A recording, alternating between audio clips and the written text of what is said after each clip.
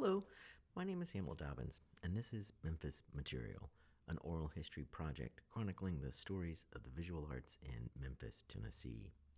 Memphis Material is a podcast celebrating the personal histories, the intimate stories, and the studio practices of some of the people who help shape the creative landscape of our city. These unedited interviews are all recorded at the Memphis Listening Lab, a gem of an archive located in the majestic Crosstown Concourse in Midtown Memphis. The Memphis Material website and archive were designed by the wonderful Brian Dixon.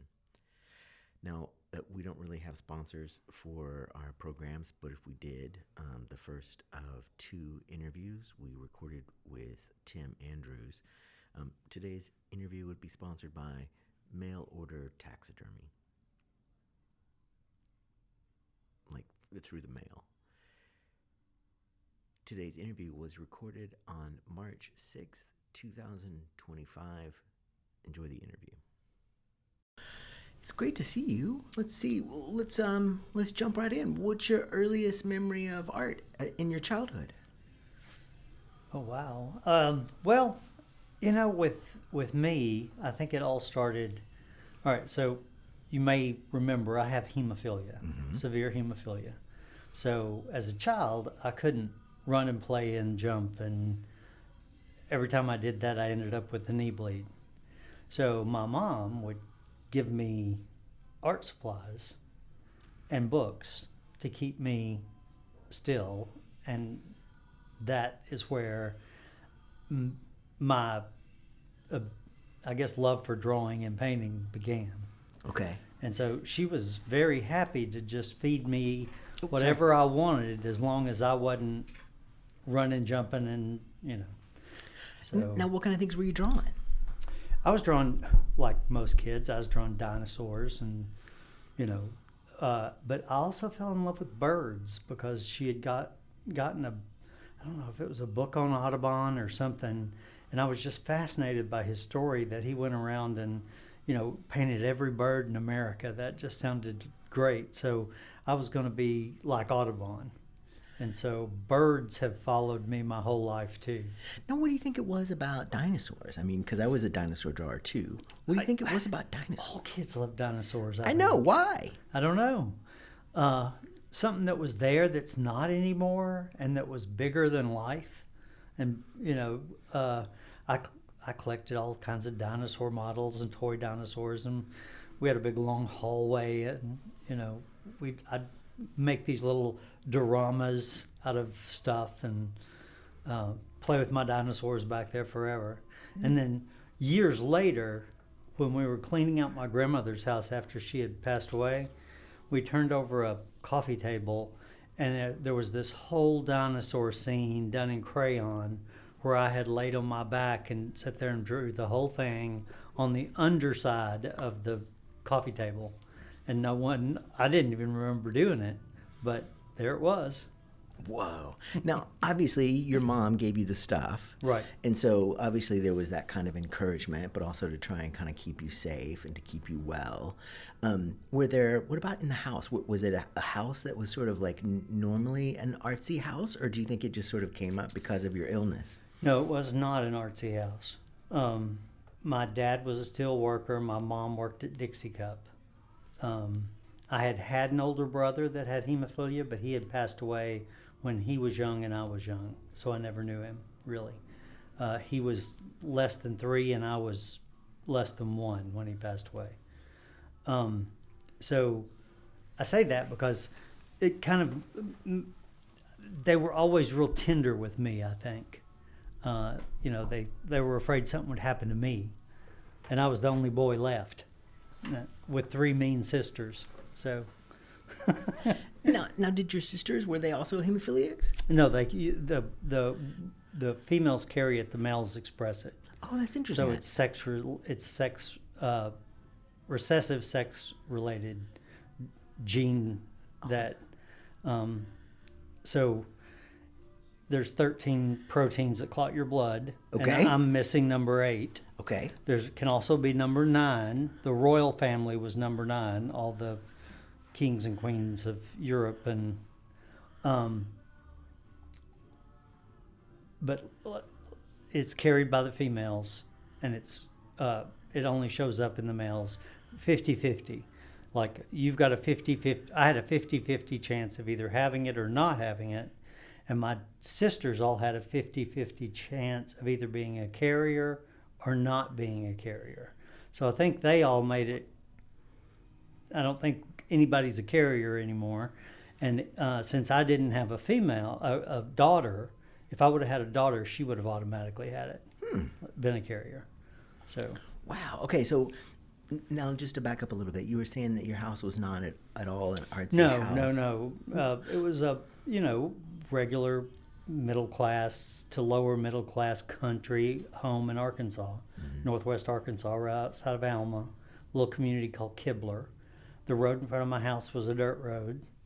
Went down to a state park. And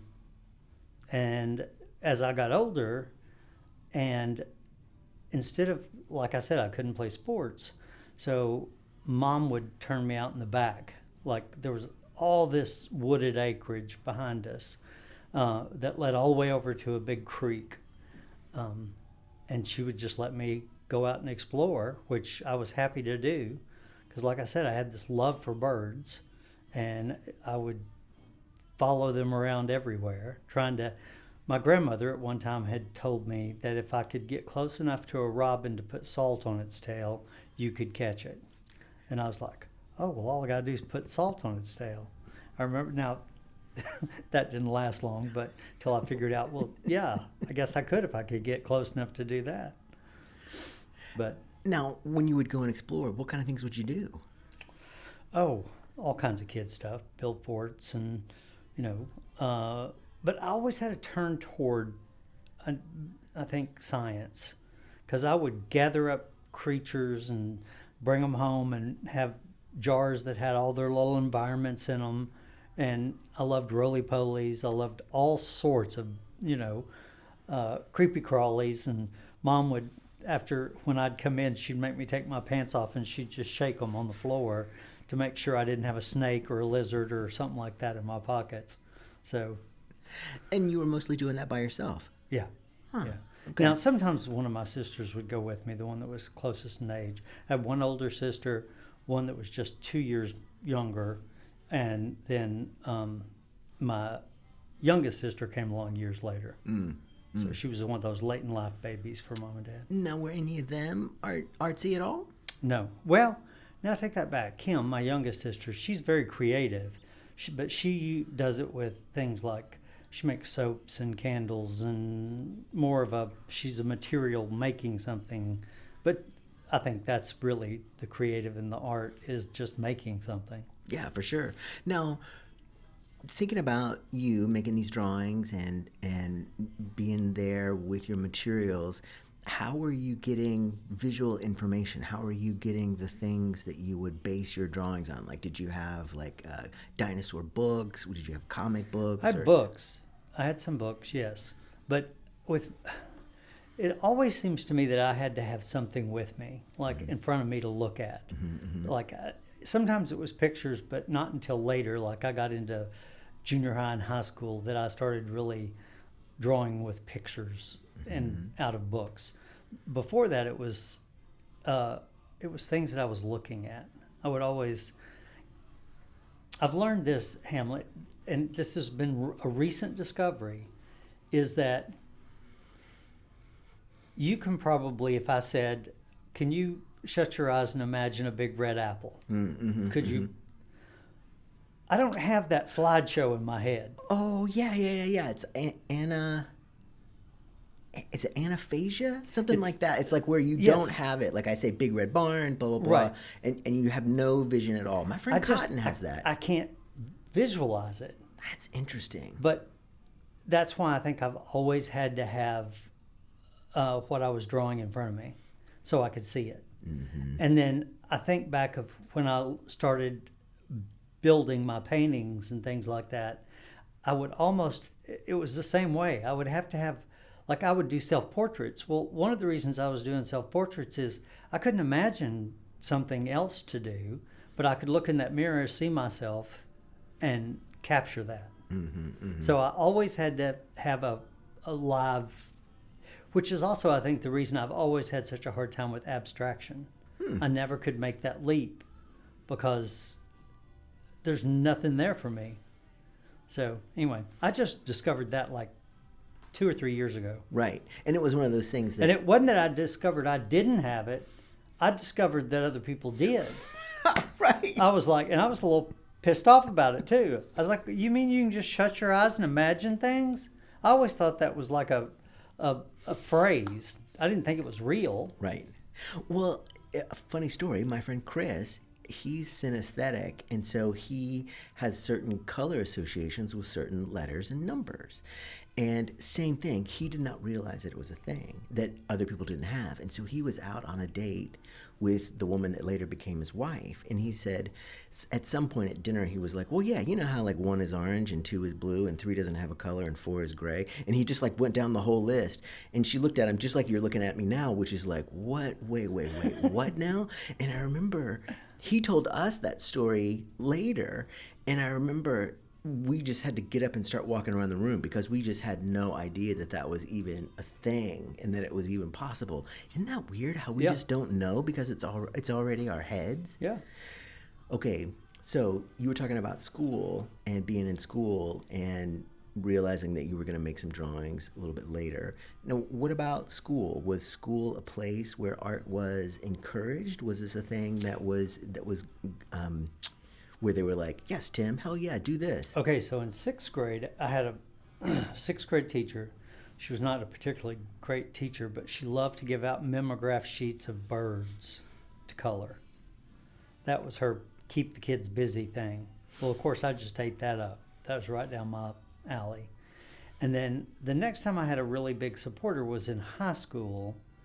The art teacher there was very involved, loved to get the kids, she would give you whatever you needed to draw. She was very active, and I become the art kid, Now, I mean, in school, I mean, I would imagine as a kid with a bleeding disorder, it would be really tricky. Was it really hard to sort of navigate the social world of elementary school? Elementary school, I wasn't allowed to go to the playground at first, and then finally they would let me out and go play because that was just maddening to have to sit there and watch all the other kids play. But now, so I take a drug that clots my blood. Okay. So, but it wasn't available then.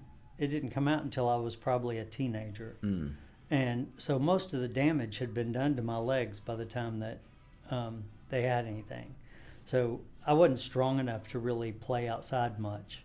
But I could go outside and sit in the sun and, enjoy it. But junior high was maddening because I spent the entirety of it on crutches. There wasn't a time in junior high that I wasn't on crutches because my legs were that bad. And so then high school was easier, but just because of the art. I would go sit in the art room and draw anytime I had extra time, or to get out of study hall, or it's like that art teacher, Tana Holloman, she would write you a note to come to the art room in a heartbeat. Now remind me again, where was this? Where were you in high school? Van Buren, Arkansas was the high school. Okay. Yeah. And then, like when you were talking about being in the art room, was it a thing where you would be there by yourself, or would there be other art weirdos? Oh no, there'd be other art kids there. Okay. Yeah. But me and Tana, the art teacher, got really close because she also lived right near where I lived, just down the road a little bit. In fact, there was times I babysat her daughter and things like that. And so we hung out together and we'd go take pictures of things, and, we were all pretty close. So that helped too. Nice. But it gave me a community. That's what it is. Right. And people would take care of me. Like there was always bullies and things like that too that thought it was great to kick the kid with crutches, knock him down, stuff like that. But I also had people that took up for me, so it was all right. Mm-hmm. Yeah. Now, when you were talking about becoming the art kid or being the art kid, like what form did that take?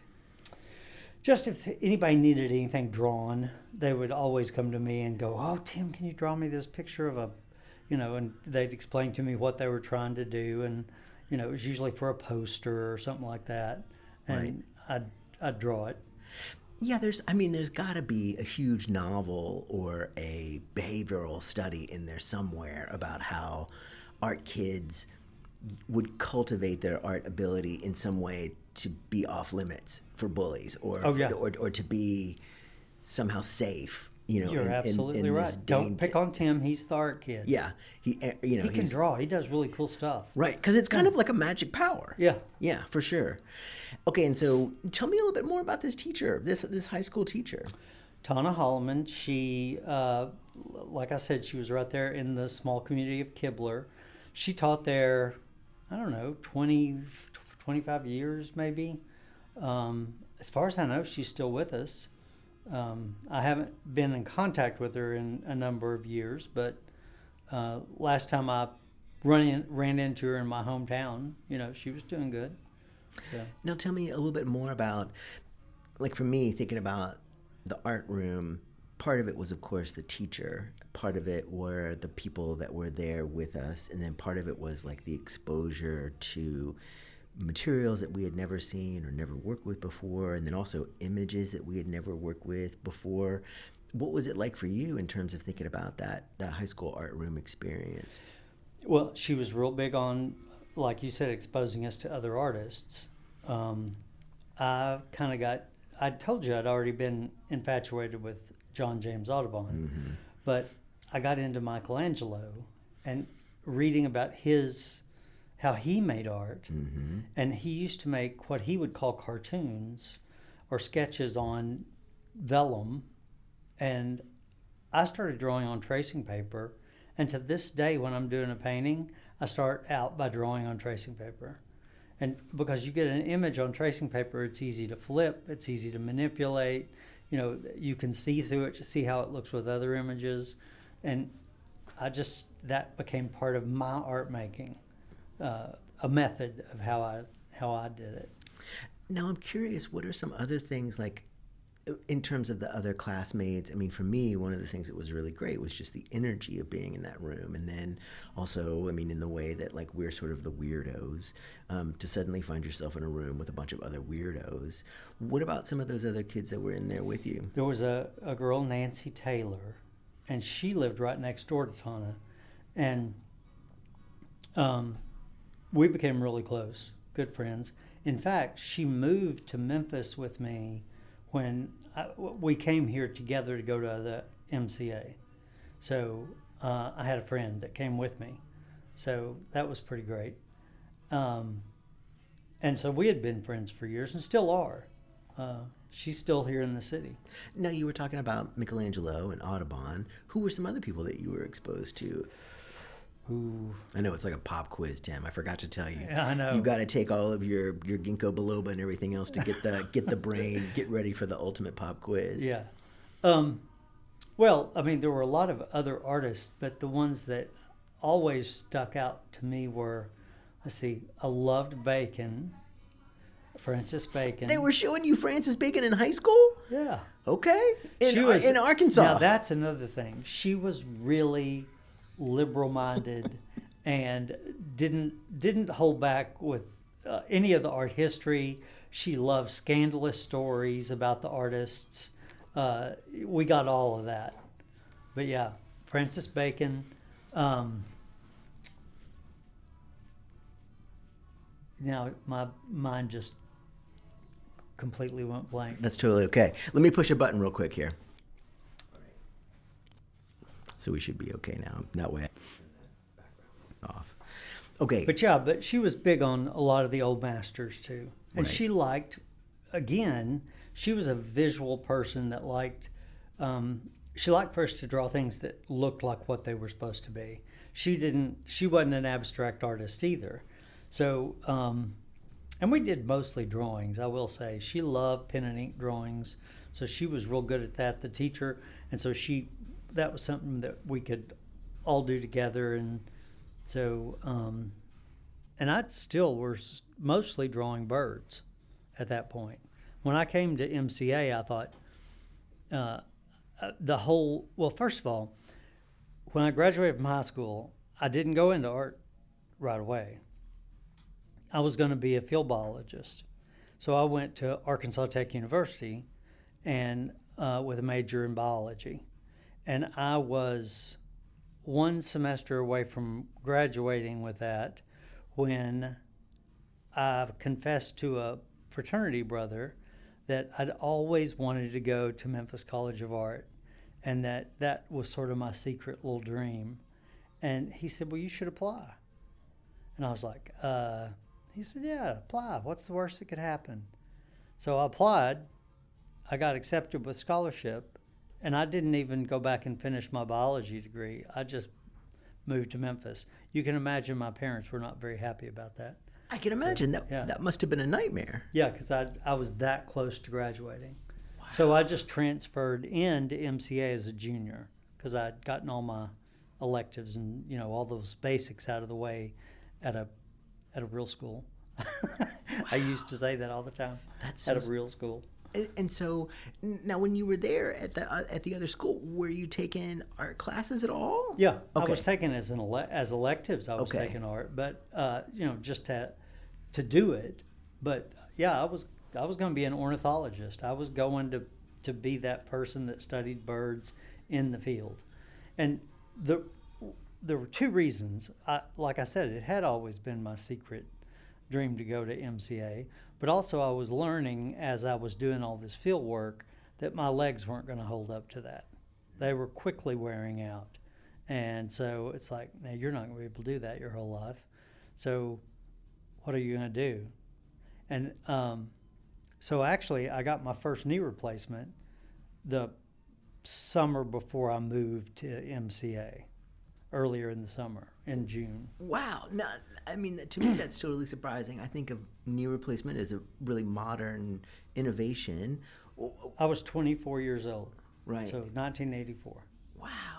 Was this a fairly new technology then, or do I just not know anything about knee replacements? Well, they were there, but they usually didn't give them to anybody until they were in their 80s, 70s, or 80s, because they weren't meant to last more than 10 or 20 years, they said. And mine lasted 10 years to the day, and I had to have it replaced. And so I've had 5 total knee replacements. Wow. And a bad wreck, I look like an x-ray of this leg looks like a kid was given an erector set and not much, no instructions, just see what you can build with this. Okay, so you're there did you say Arkansas Tech? Mm-hmm. Okay, so you're there at Arkansas Tech, and you were taking these art classes.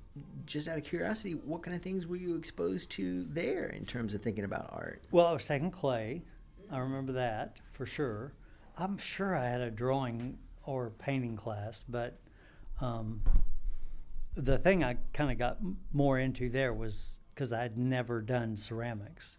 So I started learning how to do ceramics. Now, was that kind of a natural thing? Did that feel normal? Yeah. Or was that exotic and bizarre? Like, had you been exposed to ceramics at all before? Not really, but I mean, of course I knew about it, but I'd never done it. Mm-hmm. And we had a kiln in high school, but I don't ever remember us using it. It was just in the art room. Mm-hmm. Now, again, what other kinds of like art history or contemporary art were you exposed to? Now, there I did take art history classes that were like official art history, slideshows, lectures, that sort of thing. And I loved that. I ate that up, getting the whole history of art, going all the way back to cave paintings and coming forward and how it all made sense and connections and, that I loved. I really love school. I eat up learning. Yeah, me too. I don't ever want to leave. Yeah. And so you were looking at those things. I would imagine, like in the same way that being exposed to Francis Bacon in high school would be sort of a mind-blowing, amazing thing. I'm curious about, in the way that I think about your work, to me, there's always like this really strong sense, obviously, of the figure, but then there's also like this sort of keen connection to like German Expressionism and thinking about sort of the rawness and the physicality of the line and how all of that works. Mm-hmm. When was it that you were exposed to things like that? I would have been at Arkansas Tech. Yeah, not back. Trying to think of the name of. Not Beckman. He was a big artist that moved here from a German artist that moved to St. Louis. Oh yeah, Max Beckman. It is Beckman. Mm-hmm. That is who I'm thinking of. Okay. Loved his work. And you're right, that linear, and then Alice Neal. Loved Alice Neal. Talk to me about Alice Neal, because she's somebody that I really love and admire, but I feel like we all kind of are drawn to her for different reasons. What was it that drew you to or draws you to Alice Neal? Okay, go back to what I said about the fact that I had to have something in front of me to draw it. She always was drawing people from life, and you could tell it. You could just tell that that person was sitting there in the room with her for hours at a time. And I'm sure they were having great conversations, and you could just see the life of it. Like, you could say live drawing, but I don't see that in, I'm so bad with names. Gay artist, meticulous draftsmanship. David Hockney? No, earlier, he kind of had. It'll come to me in a minute when I quit trying to think of it. You'll text me on the way home, and Yes. then we'll splice it in. Okay. Yeah. But he and his lover, he drew these meticulous drawings of him, but they were so perfect, they almost didn't look real.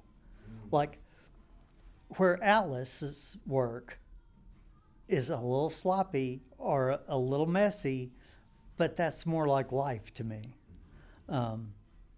Yeah. I like that. Now, and so you were being exposed to like Alice Neal, Max Beckman, people like that. And I mean, for a lot of people, they'll talk about their time as young artists as being sort of insatiable, but it sounds like you have these almost like two parallel paths that are sort of going at the same time, this love for ornithology and then also this great love for rendering. At what point did you feel like they were coming together? Did you feel like they diverged? I think they've always been together. Yeah. Now, I think science and art pretty much do go together. But now when I got to MCA, I think the birds took a back seat for a while. They did. Because then I was just all about technique and learning how to paint and exploring new things like printmaking. And it was just like, that took up all your time. It was sort of like trying to drink out of a water hose, or a fire hose, rather. All right, let's back up a little bit. So you were there at Arkansas Tech, then you decided to change right when you were about to finish. That must have been a huge shift. And then also you're changing locations. Yeah, and then moving to Memphis from a little community of 612 people. Now, let's talk about that. Well first, how did you know that you were going to go to Memphis College of Art? How was that even on your radar? Through the high school teacher, Tana. She had information on all the art colleges, and so that had put it in my mind. And we would go over them, but I eventually, her son went to Arkansas Tech with me. We roomed in college together. So, and he was a big duck hunter. We used to go duck hunting together all the time. And that was another way to get my hands on birds. Like, I didn't mind shooting them to get close to them. I'd go duck hunting, come home, get out my paper and watercolors and do drawings of all these dead birds, or pose them like Audubon had done in these different poses. Yeah, just crazy stuff. I love it. Okay, so my mom, again, bless her heart, she's put up with a lot from me. She would be like, Tim, Tim, get them stinking birds out of my house. That thing's been in the house for a week. It's got to be rotten by now. Yeah. Okay, so you decided to make this move to Memphis. What was that shift? I mean, coming to MCA is one thing, but then also making that move to Memphis must have also been massive. It was. I had gone to Russellville, which was about 2 hours from where I lived. So I'd kind of cut the apron strings, I guess. But Memphis had a good hemophilia treatment center. So didn't have to worry about that. That was always a consideration, was where I could get my factor, because by then I did have my medication, and so I always had to have it, because I didn't want anything else to get as bad as my knees had gotten before I could do anything about it, because it could have been my elbows too, and my shoulders and my ankles, and I could have been really crippled up, but it was just my knees mostly. So, and then like I said, I got that knee replacement. And so I felt like I was strong and on the go. And, you know, I was a young gay man. I knew that. I hadn't come out to my family at that point. But I was just like, I've got to get out of the small towns. You know, I can't be me if I don't get somewhere where I can be me. So, and of course, when I got to the college, it was just like home week. You know, it was just like finding your tribe of people.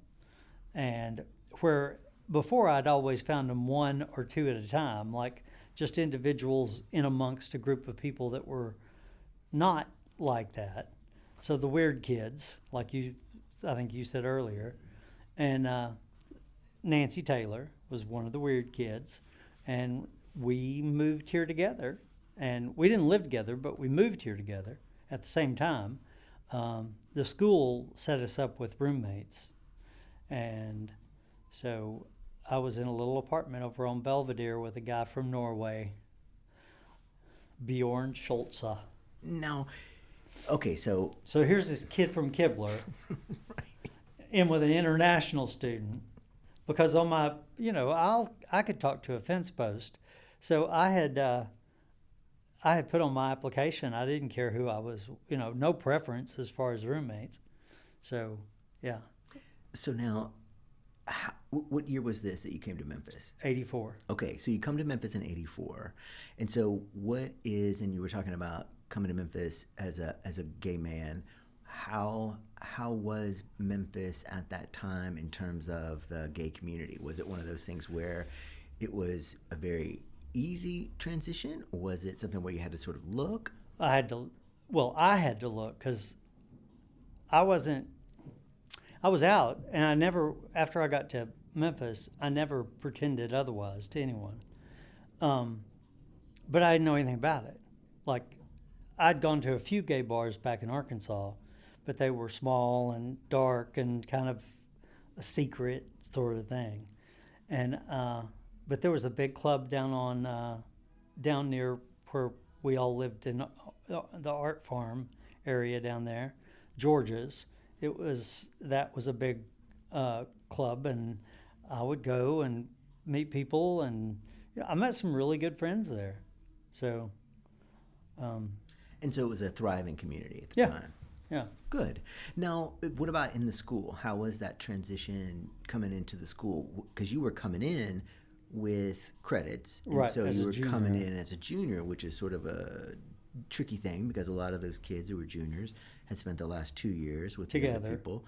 How was that transition? I'm, like I said, I think I make friends pretty easily, and I'm really easygoing. You just about have to hit me with a brick to offend me. So I made good friends. I hung out a lot with Molly Riggs and Tootsie Bell, and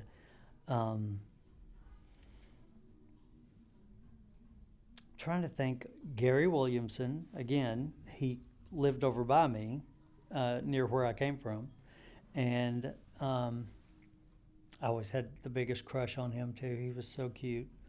I'm trying to think, Sue Wanis, who was a paper maker from Connecticut. We eventually became roommates. Mark now was in my living situation, and I've been friends with Mark ever since. Sometimes a little strained friends, but he's got a strong personality. Now, I'm interested. What about the faculty when you came there? I mean, the 1980s was a particularly robust time there at the MCA. I'm curious about some of the faculty that you worked with, that you clicked with, that you had experiences that might be good. Well, of course, Vita Reed was there. Dolph Smith, Dolph and Jesse, Allison was in my class, and we were really big friends. And I hung out at Dolph and Jesse's house a lot. And I think Jessie thought that I was hers to protect. She was a nurse. She knew about my hemophilia, so she was always like trying to watch out for me. And yeah, they were. It was just such a family there. Judith and Jana that ran the Sleaze and Slime Cafe. My work study was in that cafe, and I was already a pretty good cook from my mom.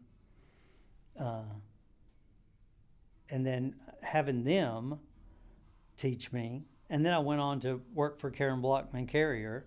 So those ladies taught me how to cook and kept me well fed, I tell you.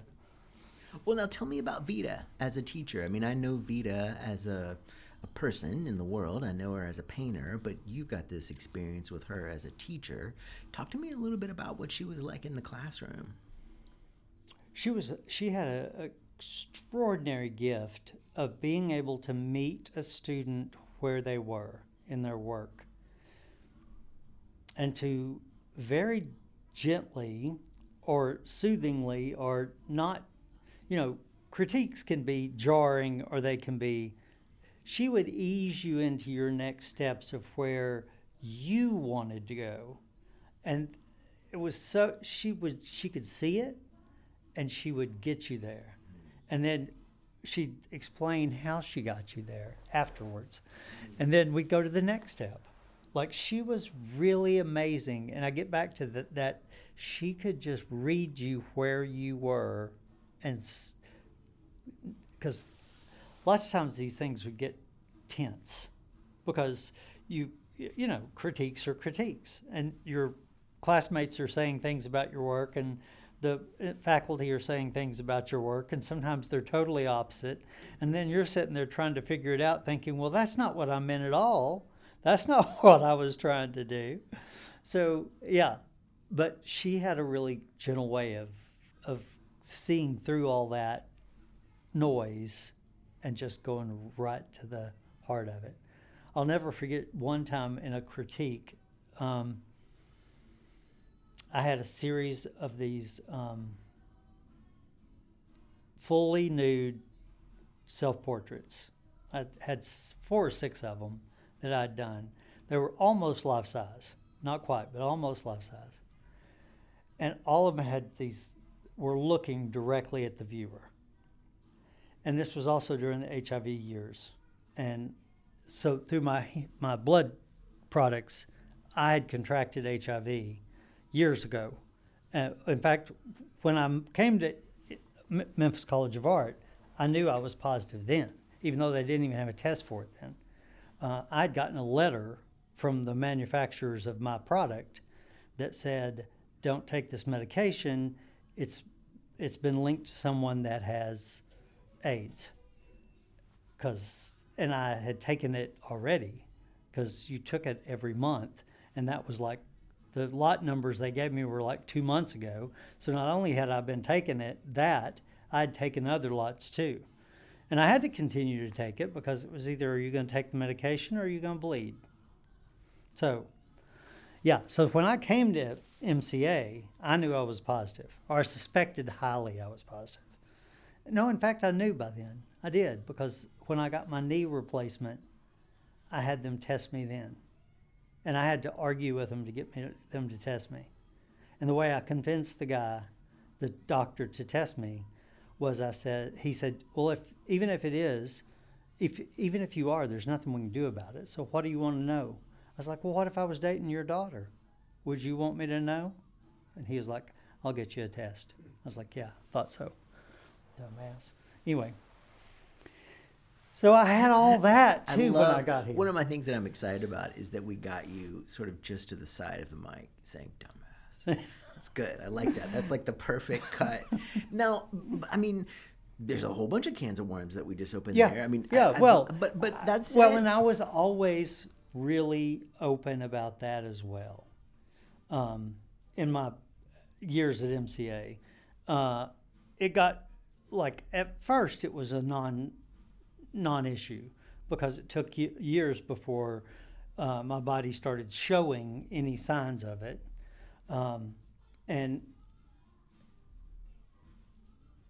I met other people that were also HIV positive, but as we got I got my BA, but then I came back and got my master's as well at MCA, so I was there for a good span of time, and it was during the 90s, in between when I had already gotten my BA, but before I came back to my master's, that's when HIV and AIDS was really hitting Memphis hard, at least in my community, and that we were losing people that were friends of mine. And I was always doing these self-portraits that had that as a subtext usually. Sometimes that was the whole point of them. And the commercial appeal would always run pictures of me and my art for World AIDS Day because it was just the perfect fit together. Sometimes with other artists too, but yeah. And we had a chapter of ACT UP, and we did die-ins at the courthouse. We would go to Cracker Barrel because they hated gays, right. And we'd all get a big table and do our planning meetings at the Cracker Barrel, and all of us would order just coffee and tip the waitress really well. And we'd all have our ACT UP shirts on, or pink something, just so they knew. So now, I mean, good Lord, I mean, one of the things that I'm really interested in is, like, for one of our first interviews, we had Chuck Johnson come in, and Chuck was a part of the sanitation workers marches in the 1960s. And so, I mean, here we are, we're talking about you and talking about art, but we're also talking about this particularly historically significant moment in the history of the country, in the city. So I'm interested, I mean, just as a quick aside, if we could talk a little bit about some of those ACT UP meetings and about the urgency with that. To me, that feels really powerful and important. And those meetings were ran and started primarily by the art kids. Jack Myers, Philip Paul were big in the movement. Susie Lee Korn, that now has, they all are later moved to New York. Jack is now back in Tennessee, but the rest of them are all still up in New York. And Susie Lee's girlfriend Sharon was real involved.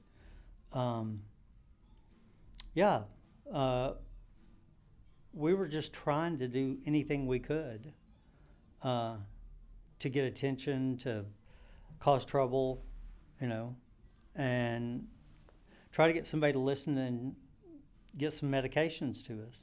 And we finally did.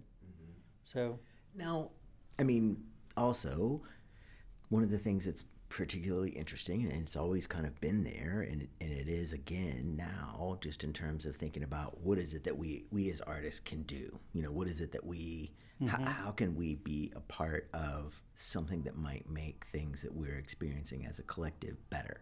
And I mean, to me, a prime example is ACT UP and a lot of the artists who were making work at that time. I mean, that's really how I came to have any idea. I mean, as this sort of doughy straight kid from Tennessee who never knew any queer kids or wasn't aware that he knew queer kids. Of course I did. Right. I mean, Keith Haring, of course, was sort of like the intro, right. the sort of bridge between art and and activism, and then also, of course, the tragic story of his loss. And so, you've got all of that stuff that's kind of mixed in there. And so I came at it from this way, but obviously you're coming at it from a much more personal level and a much more, to me, I would imagine, raw and visceral and urgent level. I'm curious about that, about the way that people came together and the way you guys organized and the way that you guys sought ways of having a kind of impact that obviously had to function outside of the usual, like you were saying, you were doing the die-ins, or you were, these other things. They were things that had to be done differently than other movements. And so I'm curious if you could talk a little bit more about that. I mean, to me, that feels really powerful. Well, now, I was not one of the big organizers. I will say that. But Jack and Philip Paul were the two, as I remember it, Jack Myers and Philip Paul were the two that were sort of the head of, if there was a, they got the meetings together. They let us know where they were. We all planned if we were going to do an event, like a die-in or a set-in, or we were going to go have meetings with somebody at City Hall, the mayor, try to get to see the mayor. All those things were planned as a group. But, we really just followed the model of the ACT UP people in New York. So, but all the chapters were individual. It wasn't like there was any big leadership central command sort of thing. It was, we were all doing our own thing, but in the mode of, and because they were all sort of like happenings. They had a theatrical component to them because, they needed to. It was dramatic. We wanted to make a dramatic statement. And, and Jesse Helms and all those horrible politicians were out. ACT UP put a big condom over his house at one point. Yeah. Not us, but one of the ACT UP chapters did. Yeah. Now, but I mean, that's also been, I know, a big part of your practice, like you were saying, talking about HIV in the work, and then talking about, of course, the personal aspect of it. I'm curious, what kind of reception did you get when you were making that work at MCA? Was it one of those things where people were just like, of course Tim's making this work, or were there any responses against it, or not against it, but... Well, now, I will say that a lot of the people, I don't think I was out with my HIV status to very many people. Oh, okay. But death was always in my work. That was the... and I think probably people associated that more with the hemophilia. Mm-hmm. But now I came out, like I said, when we started doing World AIDS Day commercial appeal articles, obviously I was out, but that was a little later and more back when I was back to get my graduate degree, which was so interesting too. Hamlet, that would have been, I met a whole nother bunch of people. That was the ACT UP times. That was when that was going on. So Jack Myers and all them. Joel Hilgenberg, who became one of my best friends. Well, absolutely my best friend, really. And all that, the group that would go on the Horn Island trips, really, we all became tight friends doing that. Talk to me about some of those trips, because, I mean, those are... I went 9 years. Yeah, those are famous in the lore of MCA Dome. It's a magical place. It really is. Well, talk about that. I mean, I'm curious, especially thinking about, you said you did it many times. I'm super interested in that. Talk to me about, like, what was the first time down there like? It's sort of like stepping out on the planet Mars. I mean, it's such a different landscape. It's very assaulting. The sun is so powerful down there. And my medication that I have to take with me, it has to stay cool. It can't get warm. So I was like, I remember the boats coming in to shore, and I'm sitting there holding this little cooler. it's 110 degrees, and they've already said, well, you can't, there's not going to be any ice or not much. You can't count on ice. And I was like, how am I going to keep this? So the first thing I did was I took a shovel and I tied a rope to the handle of my cooler, and I dug down in the sand until I got to wet, cool sand and buried it. So every time I took a shot, I had to dig up my cooler of medicine, take my shot, pack it back up, put it back down. So, but Horn Island is just a magical, magical place. And we took all of our art supplies. We spent all day drawing it, painting it. And of course, the wildlife is amazing. So I love that. Birds everywhere. And, and you're there with your best friends. It was, or if it was people you didn't know, then they became your friends. And that was the case many times. Now, who all went down there? I mean, if I remember right, it was a project was it Bob Reisling that started Bob Reisling doing it? set it up. There were a lot of locals down there that helped facilitate it. Bill Nelson. And so the first year I went was the second year they had done it. So it was the second trip. I roomed in a tent with Happy Hal Miller of local TV fame. Yeah. So he had a big giant tent, and I was his tent mate. Mark Now was on that trip. Sue Wanis was on that trip. I think Tootsie Bell was on that trip with us then. It was great. Now, I never knew Bob really other than just like seeing him at art openings. I mean, I don't think I've had any experiences with him at all, like in the same way that we were talking about Vita before. What was Bob like? I mean, as a teacher, but then also as this sort of like a guru figure on these trips. He was, okay, so I really enjoyed his class on design. We mostly just shapes and black and white images and how you can get things done with those, how to organize a composition. He was great at that. I remember the first thing I saw that he had done looked like a bunch of windows. It was a silkscreen print, but it just reminded me of windows. And I thought, But I come to realize later that he did have a vision. It just wasn't anywhere near my vision. His visions had lots of hard edges and angles and, boxes. And it's like, no, I like things that are organic. So anyway, but he was a good teacher. He was a really good teacher. But his gift was doing these trips. Not only did he do the Horn Island trips, we also, every spring break, went to New York and did the museums and the galleries, and those trips were amazing. Now, had you been to New York before? No. Okay. No. So now, talk to me about that.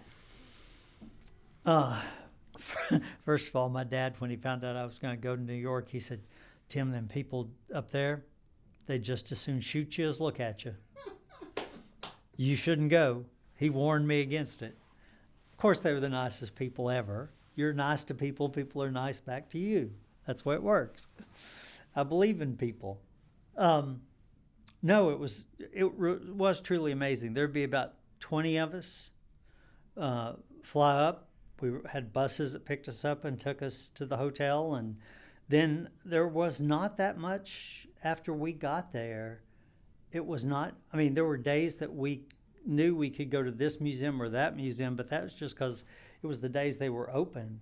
You were pretty much on your own in the city, except for just a couple of times that we would all meet up and kind of, touch base, make sure everything's going good. And yeah, we were just kids on our own. And that was amazing. And that was when you were doing the BA? Yes. Or the first part. Yeah. Now, Molly Riggs went to New York with me. We always hung out together a lot too. Well, now talk to me about, because I know being from the small town and then coming to Memphis and then suddenly finding yourself in New York. Obviously New York is a whole nother thing, but talk to me about some of those museums. Were there things that you were seeing there that you remember? Gosh, first Gauguin, definitely those paintings, seeing those in like in front of you as the actual object, not a picture in a book. That was powerful. Stay there just for a second. Let's talk about Gauguin, because he's one of those artists that, like, I know him. I know that they're there, but I haven't, like, I don't have any Gauguin books, or, he's not like one of those people where I'm like, man, let's find those Gauguins. What was it about Gauguin that lit you up? Well, think about the natural forms and the color. I mean, as you said, I was like, of course Tim loves Gauguin. Yeah. I mean, part of me is like, Hamlet, you're so dumb for even asking No, Tim. Like, no. what Tim likes about Gauguin? It was all of the nature that, he was always in the tropics, figures, wildlife, just around the edges. But, there was always a cat or a bird or a monkey or something in there. And then, Van Gogh, too, just blew me away with the color. And again, the actual object compared to what it looked like in a book. It's just couldn't touch it. For me, also, there was sort of like almost like not a party atmosphere, but there's kind of like this crowd energy that as you walk through the museum, you'll have some rooms that are more sedate, and then you'll have those rooms where people are kind of in a frenzy or sort of in an excitement to see these things in real life. I mean, for me, that's almost as interesting, as exciting as going to see a live band. It's like being around those people. Now, what were some other things that you were looking at that you remember seeing when you the made Natural this trip? History Museum, of course. But all the dioramas in the Natural History Museum go all the way back to when I was playing in the hall with my dinosaur models and making those same things. And then here they are, and it's painted. Oh, I also did taxidermy for a minute. When I was a kid, I took one of those in the back of a magazine, a correspondence course in taxidermy. Because, again, I could taxidermy those birds and keep them longer. That drove my mom nuts. But, yeah. All those things just came together, and there it is, just like this big, huge, wonderful piece of art somebody just made for Tim to look at. So... Now, what about the galleries? Did you go out and see some contemporary things? Oh, yes. Yep, we sure did. We would meet if Bob would have a schedule of what was that woman's name? There was some lady that lived up there. I can't think of her name now. That was friends with him, and she would always have an opening at her gallery when we were there, so that we could actually meet people in New York, that we could be there at the gallery and know that we were going to have a good mix of students and her friends and artists. And but yeah, we would go to all the thrift stores. It was amazing. And I did that. Now, we didn't always go to New York. We went to Chicago one year, but we always took a spring break trip. And then we did Horn Island after school let out. So, yeah. Now, back to Horn Island, thinking about that, like you were saying that you were there with Tootsie Bell and Mark Nowell. And then Mark is one of those other people that's on my list of people to contact as soon as I can to get in here. But what was Mark Nowell like as an undergrad?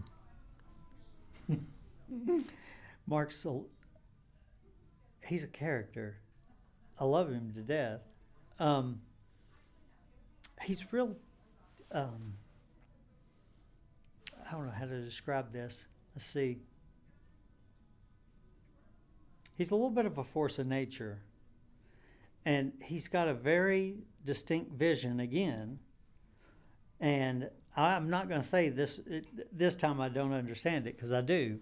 I never quite got Bob's, but I get Mark's. And he's always loved working with metal, always. And he's just a great guy. But he would make things on that island just goofy stuff. But, now looking back, it's like, oh, he was building those things back then too. He just didn't have metal there. He was making them out of things he found on the beach. Now, how long were those Horn Island trips? They were a week. Wow. We were out there for a week. We took all of our food. Right. We would catch fish. They would split it up two ways. Like on the leeward side of the island, where the water was calm, that's where we set up the main camp. But a lot of us kids would trek over to the Gulf side of the island, where the waves were huge and just pounding into the beach whenever the wind got up. It was so wonderful. Swimming at night in the Gulf, dumbest idea ever. We did it. It's great. I could wade out, and then there was a deep part, and then you could get past that. You could kind of float in that little deep part, and then just a little past that, you could get up on your feet again, like there was a sandbar under you, but you're way out in the ocean, but you're standing. Well, later they said, oh yeah, the sharks like to feed in that little trough. That I was like, oh my gosh. But I was in that trough one day, floating in it, and a pod of dolphins all of a sudden were all around me. Bioluminescence at night on the beaches, amazing. Jellyfish, sea turtles, all of it. It's so funny. Like, I love doing these interviews, but there's a part of me that wishes I could get the looks on everybody's face when they talk about Horn Island. It really is like sort of like it seems to have been this sort of magical, it really was important time where when people mention it, there's this really beautiful sort of reminiscence, this face of being hit with wave after wave of memory. Now, I was asking you about Mark as an undergrad. How do you think people would describe you as an undergrad? Probably quiet. I had really long hair back then, long curly hair. I think introspective, quiet, and always doing something with birds or nature. So we'll see. You can ask them. Right, I'll ask them. Now, what about, like, some people will talk about being in an art school in kind of like a competitive nature, or a like a sense of people trying to do their best and other people sort of pushing themselves, that sort of art school thing. Was that present for you at all? No, I saw it more as a like a giant collaboration.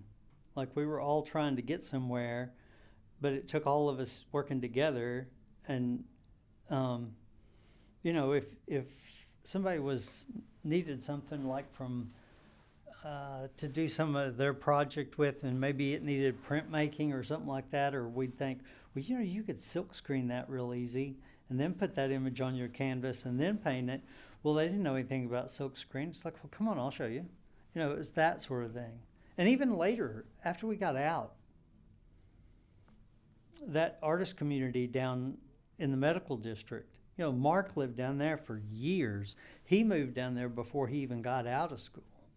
And all of us come back together down there to try to build that into a happening scene and get all those galleries started down there.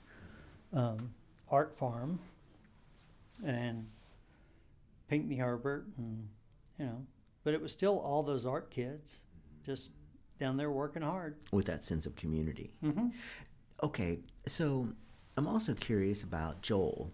So you mentioned Joel Hilgenberg. I mean, Joel is one of those people that I did not know especially well. I love Joel's work. I did a studio visit with him one time, and Joel to me always felt like a really cool guy, but also somebody that was sort of on their own and sort of concentrating and sort of working on things. But I never knew him very well. And so I'm curious, one of the things I like about this project is that we're able to get people in to talk about people who maybe are not here, but also it was really great to hear you talk about Vida, because when I talk to Vida about teaching, obviously Vida's thoughts on her own teaching are X, Y, and Z, whereas when I talk to her students, I'm able to get a lot more information. That was so great the way you were talking about Vida. But I'm curious, talk to me a little bit about Joel. I mean, Joel was such a wonderful artist in town. I'm curious to hear your story. Well, okay. Joel and I met on Horn Island.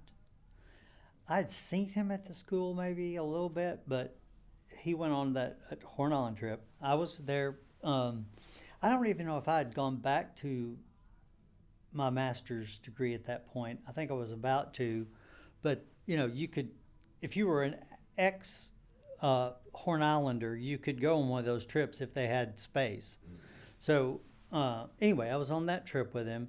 We got to be pretty good friends on the island, but then I remember a friend of his, Mike Antonucci, drove down to pick us up off at the coast, and we drove back up through Mississippi together back to Memphis, and it was that ride in that old truck with those two guys, and I just fell in love with Joel. I mean, in actually, even though I'm gay, it was still not like that. It was like a platonic way. Joel was straight, but we just became fast friends, and I always wanted to take care of him. And he was kind of tiny. He wasn't a real big guy, but talented. He could draw, and he read all the time. He was very well read. He had a quick wit, and a dark side. He had a real dark humor too. And then he was a tattoo artist, so I started working part-time at the tattoo place where he worked. I would help run the front desk, and so I got to be friends with all those people. And when Joel him and his wife, when he got married and they moved to San Francisco, we would correspond through these letters, and he would send me these amazing letters with art all over the front of them, and then inside there'd be a little mail tag that had some witty, probably something from Cormac McCarthy, or always a little across the bottom. He'd have a little quote at the bottom of the envelope, and then when you turned it over, it always said, "This is the color of my coffee." He would just take a little coffee and put on it, draw a circle around it, and say, "This was the color of my coffee." And or sometimes he'd set there'd be a ring where he'd set the coffee cup on there, and that's on every one of them, and I've probably got 100. And I would always send him one back with something painted on it. But yeah, that was our thing. We'd correspond. We'd we'd talk about our art. Now back then I was sending him Polaroids. Wasn't until later that we could text each other pictures, but that was great. Oftentimes we didn't live in the same city, but whenever he did, he had a place at my house, and he took advantage of that a few times. He come back and lived with me in a couple of different situations as him and his wife got a divorce and all that. Still in contact with his daughter. She's going to art school in Colorado. I think she's got his talent. So, yeah. Well, I mean, to me, too, one of the interesting things about Joel was that he was one of those people that had tattoos before every man, woman, and child in the world had tattoos. And you also had tattoos, I remember, when you had your studio at Martial Arts. And then, if I remember right, Joel would sometimes be in the studio and also have kind of a setup in your studio. And so it kind of, I mean, that was, I think, when I remember meeting him. And thinking about his work, I mean, I also think about the two of you as sort of being like, if there were a softball team of people who make art about the figure, I would think that you guys would be on the same team. What were some things that you remember, like when you think about Joel's work, what are some things that stand out for you in terms of thinking about his practice in the studio? He liked to paint every day. If he had a studio set up, he was going to work. It was just like his work. And I think you have to do that. If you don't, you fall out of it. I mean, I kind of feel like you're sitting there waiting. You're just messing around till you're waiting for whatever it is that, you're working towards something, but you're waiting for that moment when it just flows out of you. And if you're not there doing the work or trying to do the work, you're not there when that happens. And we both thought that it came from somewhere else. But now I will say one thing. I've never been able to make art if once I drink a beer, it's over. I can't make art if I'm affected in any way. It's all up here. I've got to be sober as a judge. Joel wasn't that way. He always had a blue soda, which was a Busch beer. At least half of one somewhere. Cans everywhere. But well, I remember I somehow hooked up with him and did a studio visit with him when he had that little tiny dollhouse kind of in the back of the place where he and Val lived. And it was just this like little wonderland. Yeah. And it was totally full of these stamps and letters that he was writing to people, but then also he was making these really beautiful ink drawings that were sort of combining what seemed to me to be like almost like pirate stories, or sort of like illustrated pirate tales and maps, and like a sense of lore, He divided people into two categories. He would ask you, are you a pirate or a Viking? And he split people like that. He believed that you were either a pirate or you were a Viking, and that was your personality type. Those are the only two. Okay, so thinking about your time at MCA, what kind of work were you making when you were there? I mean, you were talking about these self-portraits that you had done, sort of looking at the... Well, when I first started at MCA, I was doing birds. And then printmaking especially. They were more successful in my printmaking studios. But I was also getting a lot of exposure to things that weren't birds. And like, try something else, kid, that sort of thing. And... So eventually that did push me into doing more. I remember one of the last things I did in my printmaking classes was a monotype that was a self-portrait when I still had long hair. And that kicked me sort of out of printmaking. I don't mean they kicked me out, I mean I did. It just kicked me over into painting more. I started giving my attention to that and started painting self-portraits. So now, what was it about printmaking that appealed to you? I mean, this is process. Okay. Love the process. Was there a particular form of printmaking that was interesting to you? Etchings. Okay. I did a lot of etchings. Now, what was it about etchings what was it that etchings gave you that other things did not? I liked the physicality of all the different things you had to do to that plate to get it to work out right. And I I've always liked building things with my hands. And so that kind of got both. I could do very fine line drawings because I also like to render. A lot of my work is very rendering heavy. And so I could do that nice rendering line work, but then I could also get the muscularity of lifting the plates, dealing with the acid, putting on the grounds. And lithograph was that way too. You had to grind that stone down.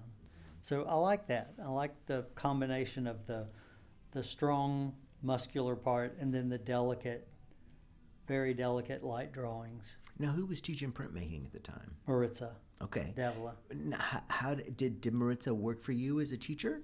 Oh yeah. Okay. Talk to me about Maritza as a teacher. She was amazing. She was a great teacher. She was always so upbeat. Like she would just meet you, and her energy was contagious, And she was always, Tim, What you working on today, team?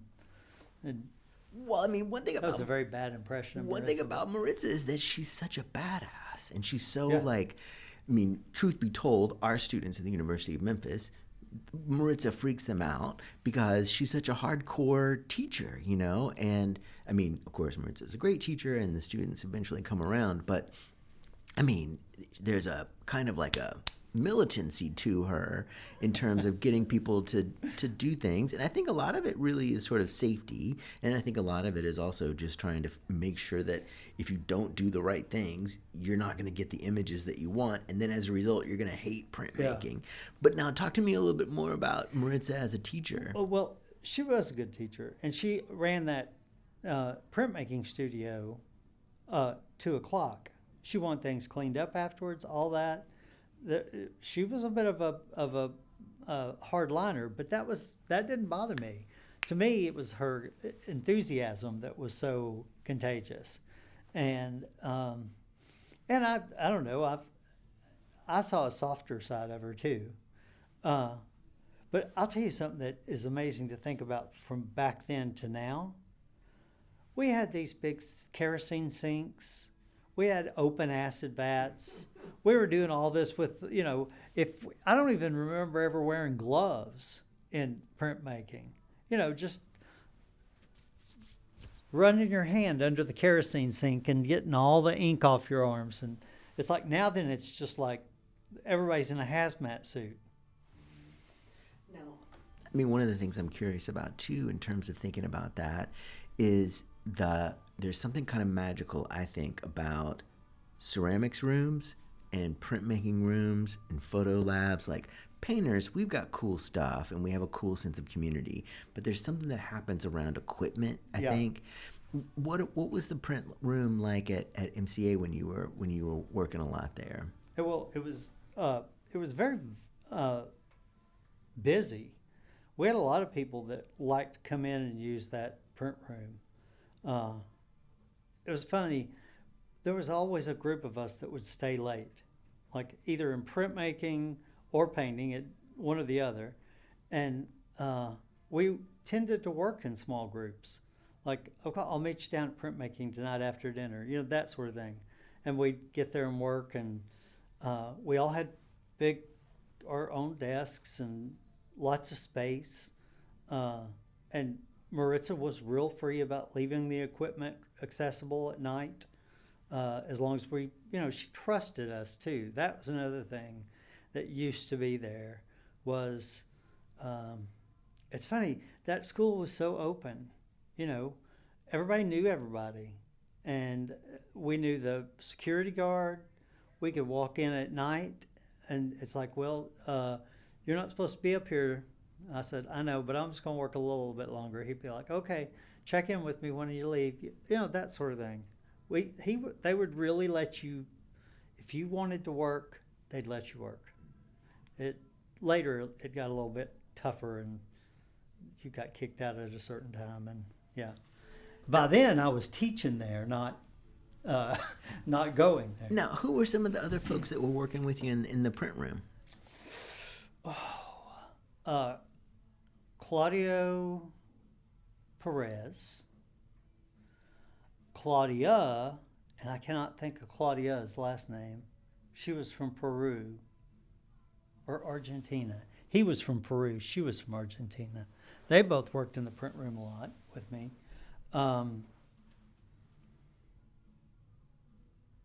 Molly worked in the print room quite a bit.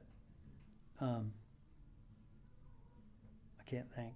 Now, when you were talking about making that shift from printmaking and being more interested in painting after that monotype experience, I would imagine you were still working in drawing, thinking about drawing as a kind of like the core of your practice, or was it more printmaking? No, I still was drawing too. Okay. But we had a student show around this same time, right at the end of, I say the end of my printmaking. It's when I sort of, like I said, switched more to painting. And I did 3 little, these were mono prints. So they were basically painted on plexiglass and printed. but they were three little landscapes that I had done while I was at, or I had sketched them to do while I was at in a landscape class with Vita. And so I took those ideas back to the printmaking, did them run through the press, and those three won a award at that show. Carol DeForest, I remember, was the judge for that show. And I don't know, it was like that combination of printmaking and painting together. I liked it, and so that got me started concentrating on my painting a little bit more. And I used to always go Vita's classes. When we would go out to the Metals Museum and paint the river, or we would go, there was a lady that was in our class that had some land out in Fayette County, and we'd go out and paint the cotton fields and all that. And that really worked for me because I'm looking at what I'm painting. And I don't have to try to imagine it. It's right there in front of me. So with my printmaking, if I was doing birds, I always had to have a reference material and that kind of, there was something about that I didn't like, because it was like, this looks a lot like that, but then why don't I just keep the reference material and not reinterpret it in a different medium? So I think that was something about the printmaking that always bothered me a little bit. But like I said, I also like the technique and the process. Now, with when you were doing the prints, you were thinking about the etchings. When you would do the etchings, would those be the final state, or would you do additional things to them? Most usually, it was the final state. Now, okay. I did a couple of times play around with watercoloring them and stuff like that, but I never found that to be very successful. But now, thinking about the city itself, what kinds of things were going on in the city in terms of art that were also influential? And P.S., I know sometimes when I interview the MCA kids, they'll be like, we were in our little bubble, we were in our little island, and we never run out. But I'm curious, what was the... Because, I mean, for me, MCA was sort of like a part of the city, and we would go there and see shows and go there, and we'd see the other art kids, But what was going on? Were there things going on in the city itself that felt impactful for you?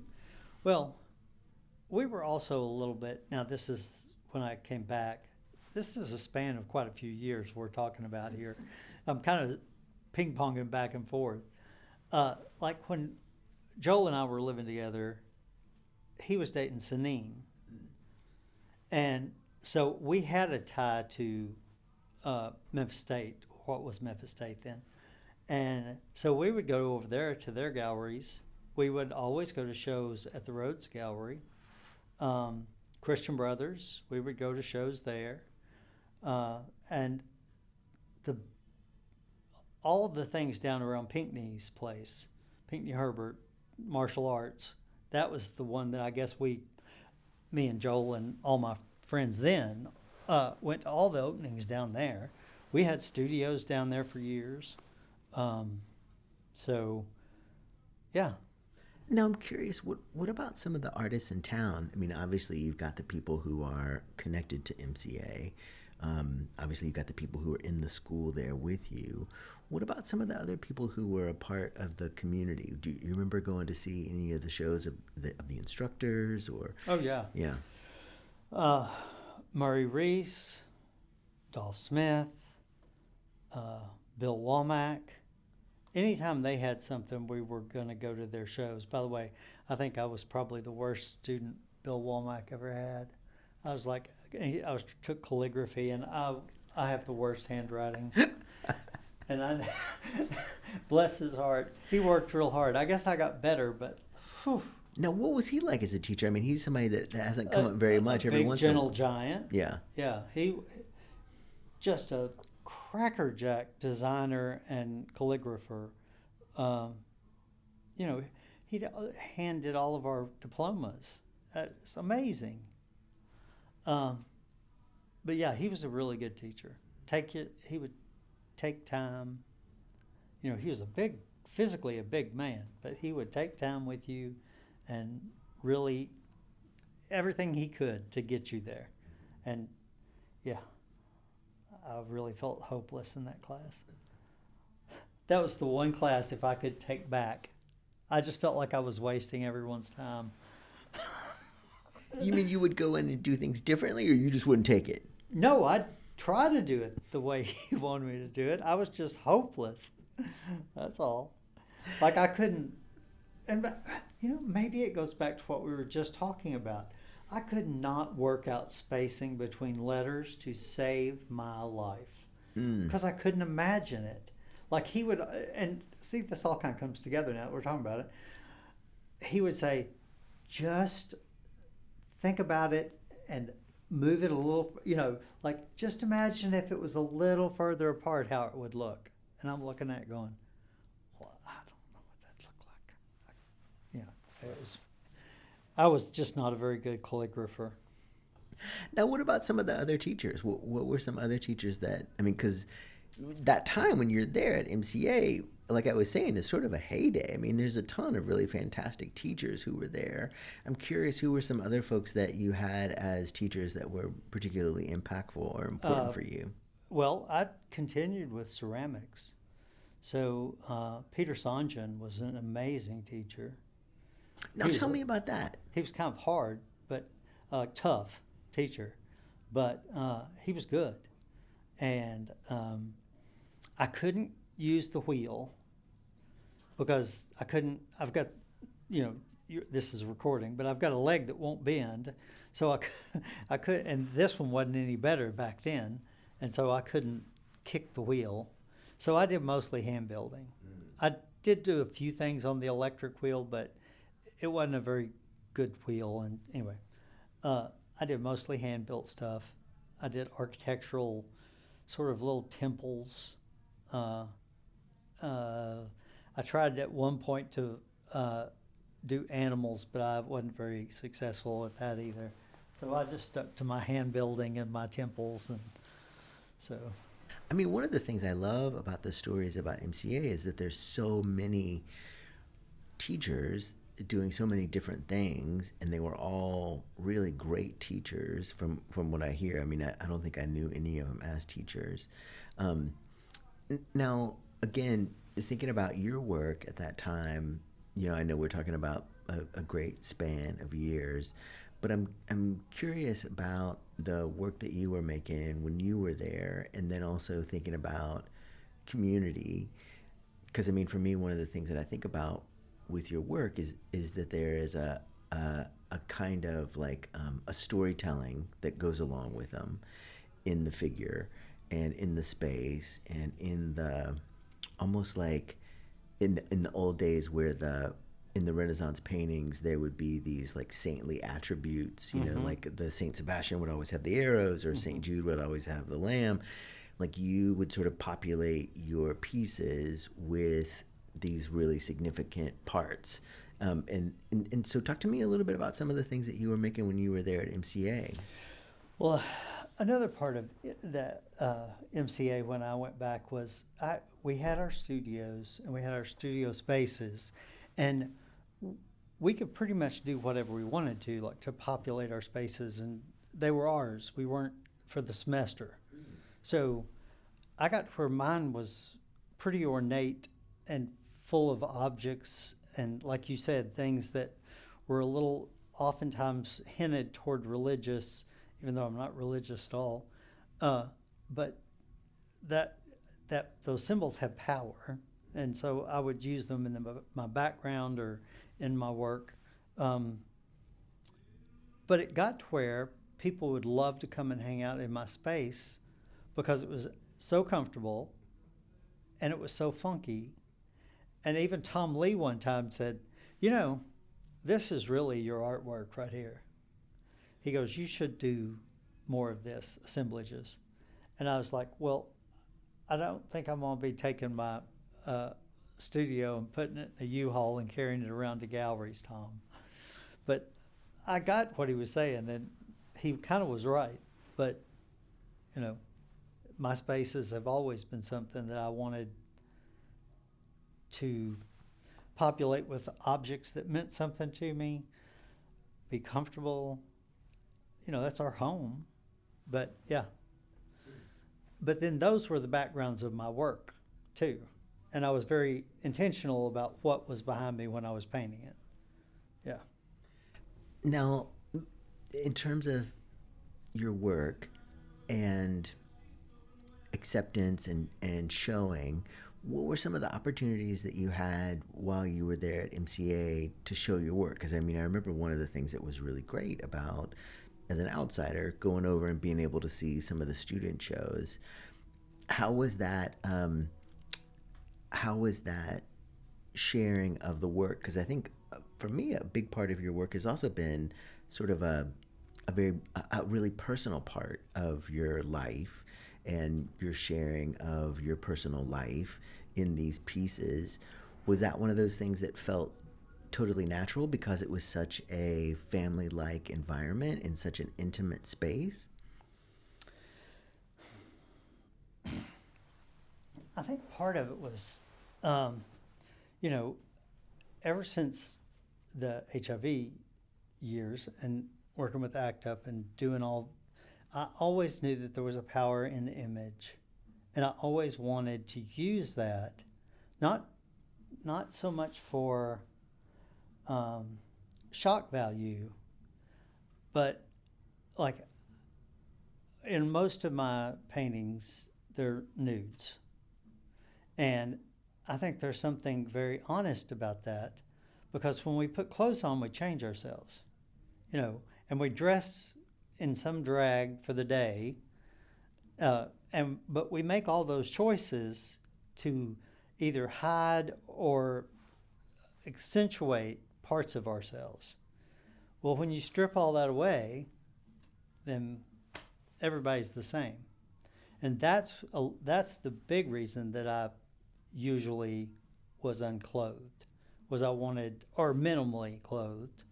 I wanted it all stripped away so that you're every man.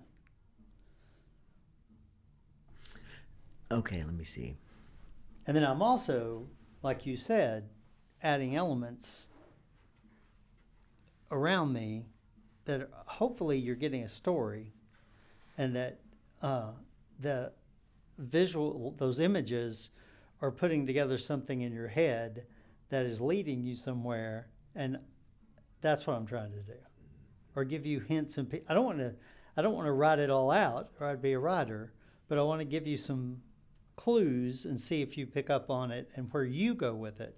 I've had some interpretations of my work that I was like, hadn't thought of that. Yeah, but could see it. Well, I mean, one thing that I would always sort of come back to, I mean, you were HIV positive in a time when that was a death sentence. Yes. You know, I mean, it wasn't like it is today.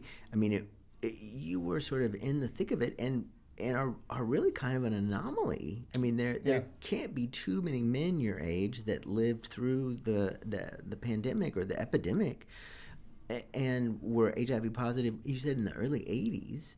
To me, that is really stunning. I mean, and that must have shaped your work and your life in a million ways that would fill libraries. I'm curious if you could talk about that just a little bit too. Well, you have to take it back to the hemophilia, because when I was born, the doctors told my mom I would never live to be a teenager, and then when I was a teenager, they told her, well, if he lives to be 30, he'll be hopelessly crippled. So I'd always heard that my whole life, and I'd always thought, well, that's wrong. That's not me. They might know what's going on with the hemophilia in the legs, but they don't know what's up here in my heart. So I ain't going to have that happen. And it's the same thing with HIV. You know, when I got that letter from Bayer that said, don't take that factor, it's been associated with a blood donor that had AIDS. It's like, well, I guess I got it now, but I've probably got something in me mean enough to kill it. So I thought, somebody's got to live through this. Why not me? And I always tried to carry that attitude. Another thing I did was I went during the first Gulf War, and I used that as parentheses on a trip I took. I went out to California and stayed with a friend out there and learned everything they were doing in California, because they had different drug regimens early on, and got into support groups out there and kind of got in touch with some things and saw how people were taking care of themselves out there. And then I brought that back to Memphis, and we started support groups with Friends for Life. That was another thing I was real involved in.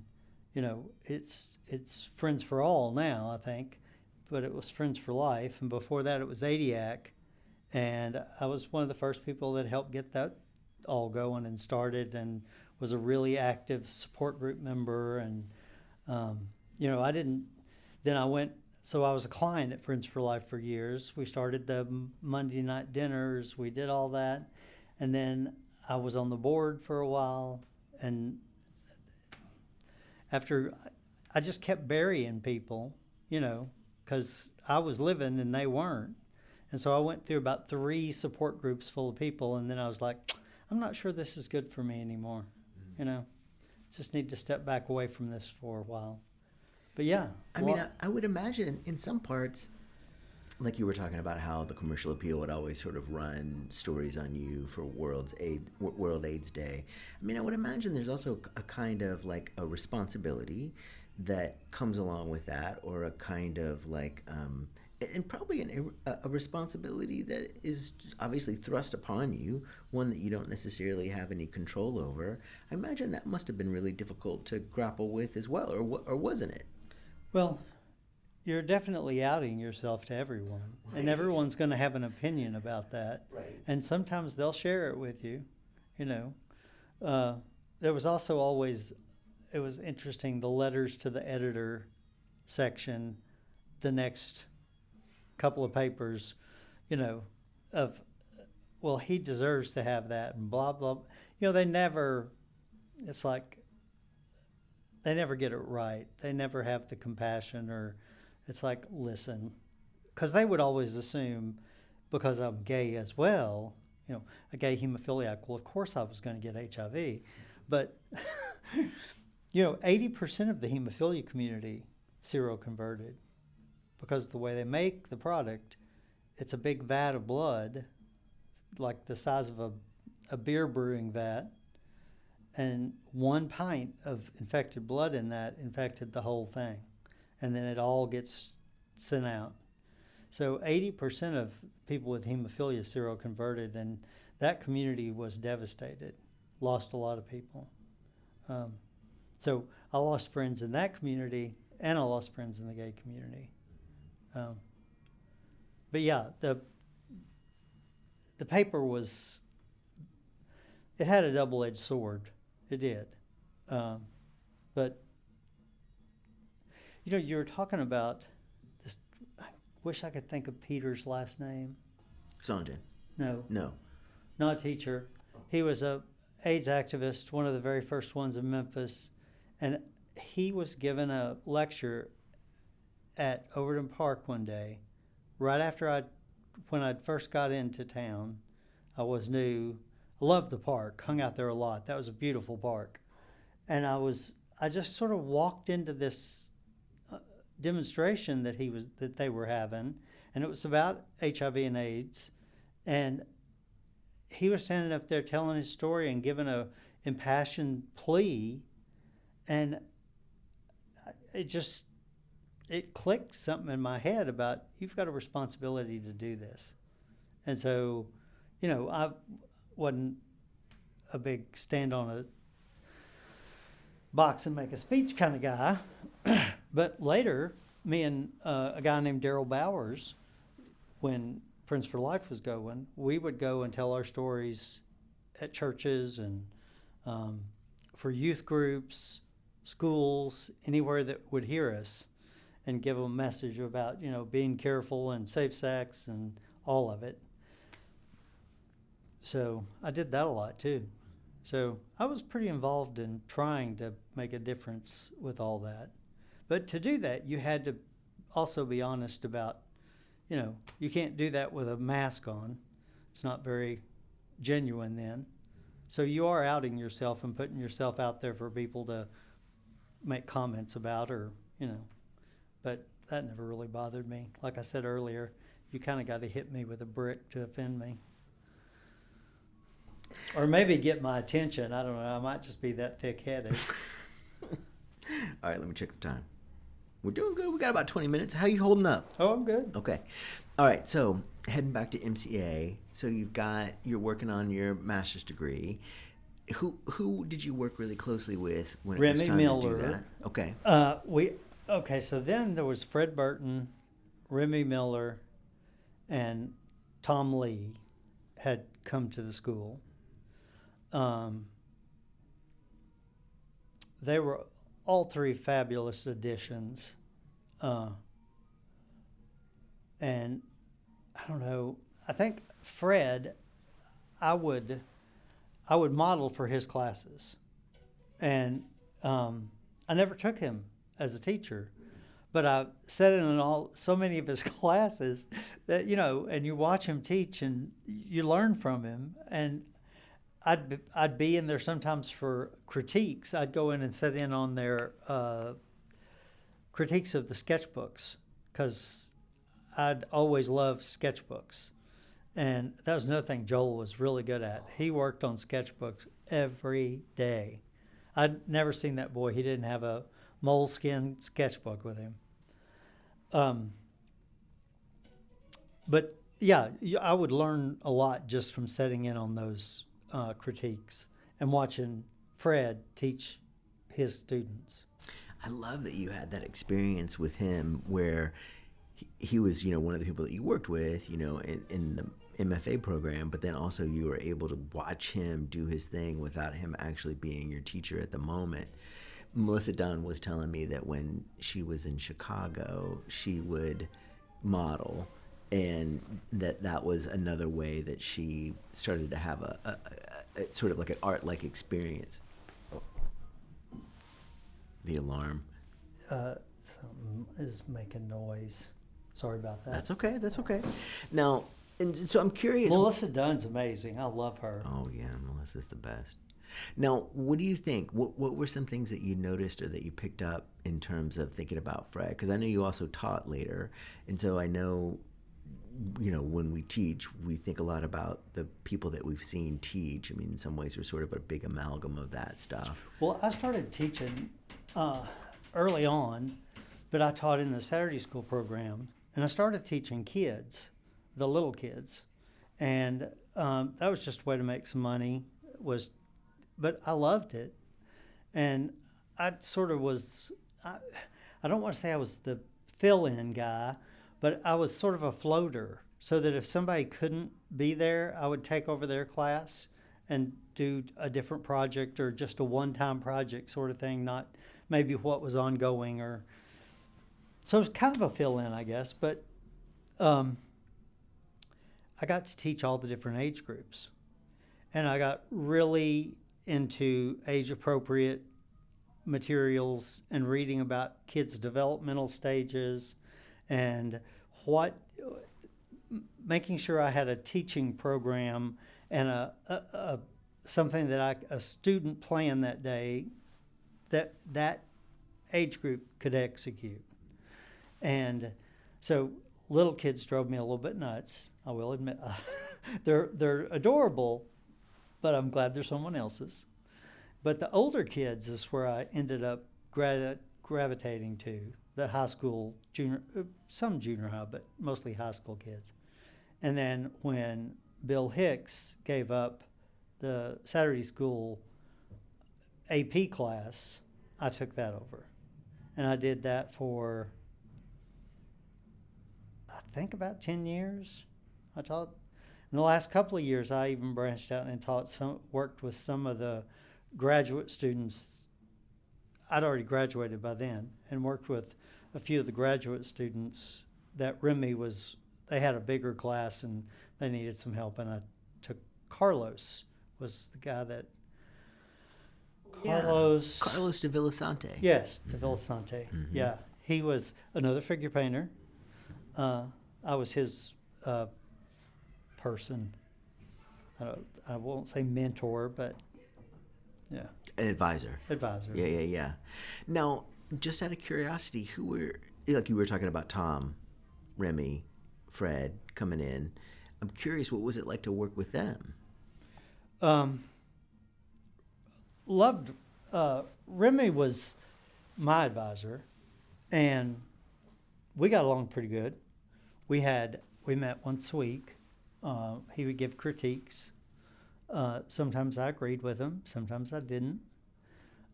He had one annoying rule. He wouldn't give an A. And I would have had a 4-point grade average if he wouldn't have had that damn rule. And I got a B from him.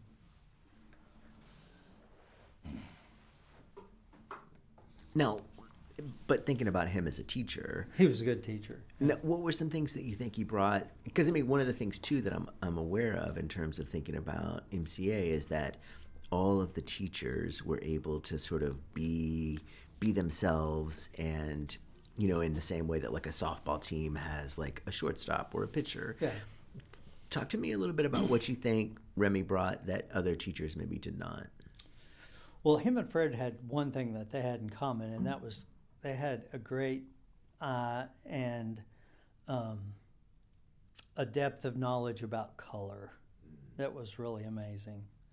And then Fred had, like I said, those sketchbooks, and his syllabus for that sketchbook class was amazing, and it had all kinds of different plans and things that you could work through to get you just all kinds of different ideas, things that by the time you were done, you didn't have a sketchbook, you had a tome. I mean, it was like a big giant Bible. But yeah. And then Remy, he was really good at his critiques. He was thoughtful and took his time. But yeah, color was one thing I remember that I learned a lot about. I guess I knew a lot, but maybe it went a little further. We talked about that a lot anyway. Now, what about thinking about art history and contemporary art during that time? What kinds of things were interesting for you in terms of things you were looking at or thinking about that were informing your studio practice?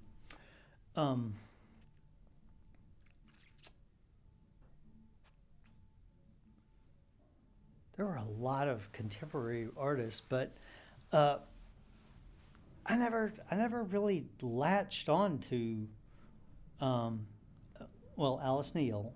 I don't even consider her, I know she's not contemporary, but she was almost. So I just missed her by a little bit. I mean, I'll be 65 this year, so I just missed her by a little bit. I really loved her work, and I think her and Paul Cadmus was the other artist, by the way, just popped into my head, that did the renderings that were so beautiful that they were otherworldly. I looked at a lot of gay artists, and I read a lot of gay fiction. In fact, I think reading was as much of an influence on my work as looking at other visual artists. I took a philosophy class with Nona Bolin, and I started off that class by telling her, now listen, I know I'm not gonna have a good grade, but I really want to take your class. This is very interesting to me, but it's all way over my head. I'm just a simple country guy. I'm not even a good writer. Nothing. you're working with nothing here, kind of like the calligraphy class. But this time I was wrong. She lit me up with all these different writers and articles and philosophers that I'd never heard of. And we had some of the most amazing classes where we would sit around and discuss, well, different ideas of philosophy. Some of them I thought were really interesting. Some of them I thought were kind of pointless. But she would just feed you good writers. And so, I've always been, going back to when I was in bed and my mom would give me books to read, I learned then that a book could take you anywhere. You didn't have to get out of the bed if you couldn't. You could read and go all over the world. And so I've always been a voracious reader. And I really do think that a lot of, gosh, this is so hard to kind of put into words. So the AIDS epidemic was so bad, I didn't want to experience that. And I was losing friends here, and that was hard. But I could read about all the gay boys in New York and all the, like Michael Cunningham and the writer of Angels in America, who just went out of my head. And you could read those fictional depictions and kind of live it where it was right where you could touch it on the page, but it wasn't your reality. So you didn't have to feel all of it. You could just feel a little bit at a time.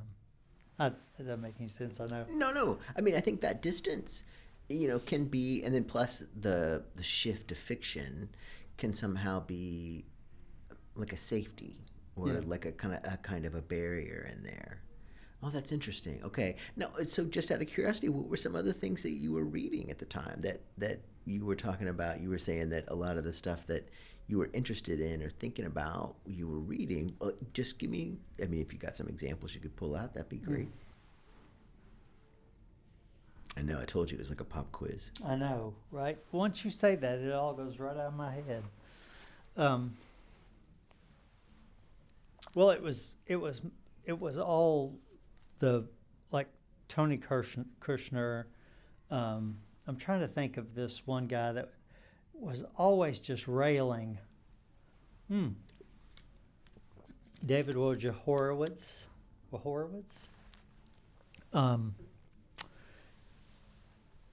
Larry Kramer.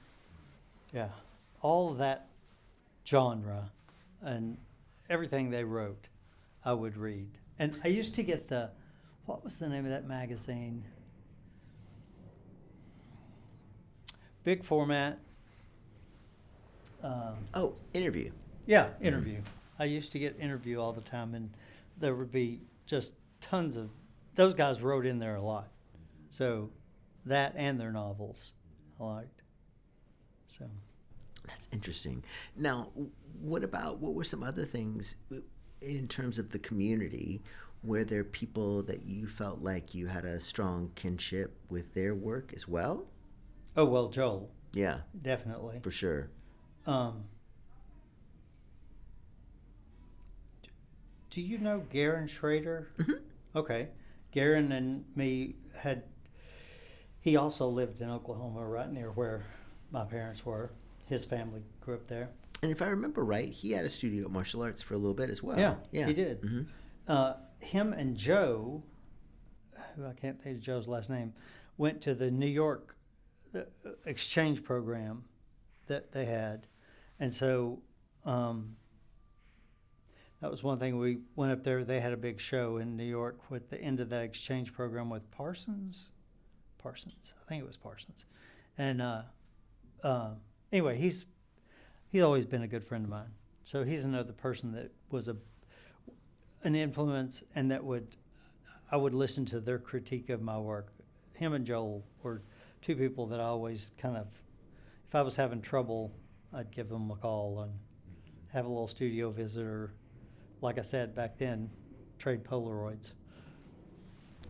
Now, I remember you were saying I mean, I know that you've got like a lot of overlapping sort of Venn diagram parts that are at work here. There's obviously the gay community. There's obviously the art community. And then, were there other queer artists that were making work at the time that you feel like were interesting, or were you sort of out there Oh on your yeah. own? No, David Maw. Me and David Maw shared a studio too for a while, um, over on Jackson. There's that little bitty Rhodes College bar, Alex's. It's in that little skinny triangle. Okay. Our studio was right on the other side of it in that building, and where I was at the studio backed up to the men's room at Alex's, so you could hear what the guys were saying when they went to pee. They'd be in there talking about their girls. That wall was so thin. But yeah, so David, and then later David had a gallery down in Cooper Young, and he had an erotica show, and I had work in that. Try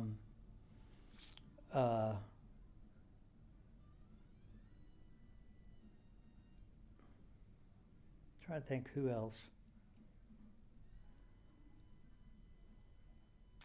Well, Jack Myers was always he he was always an influence. He was younger than me. It's when I was had gone back to get my master's that he was in school. Very talented, great designer. Also gay. Trying to think.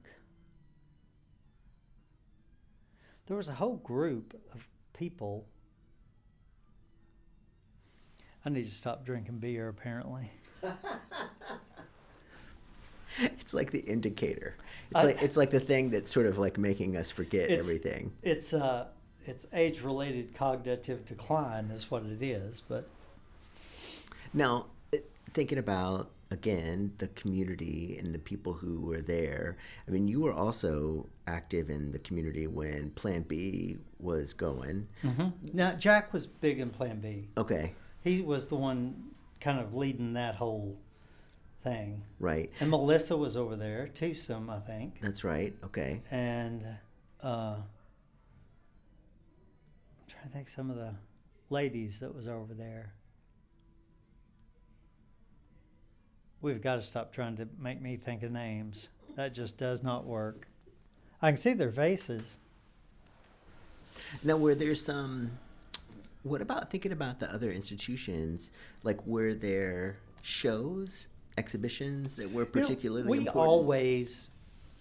always, and I know this is not just us, meaning the art community here, we were always working towards something. We were always trying to find a place that we could make ours. We'd move into some old building, do work on it.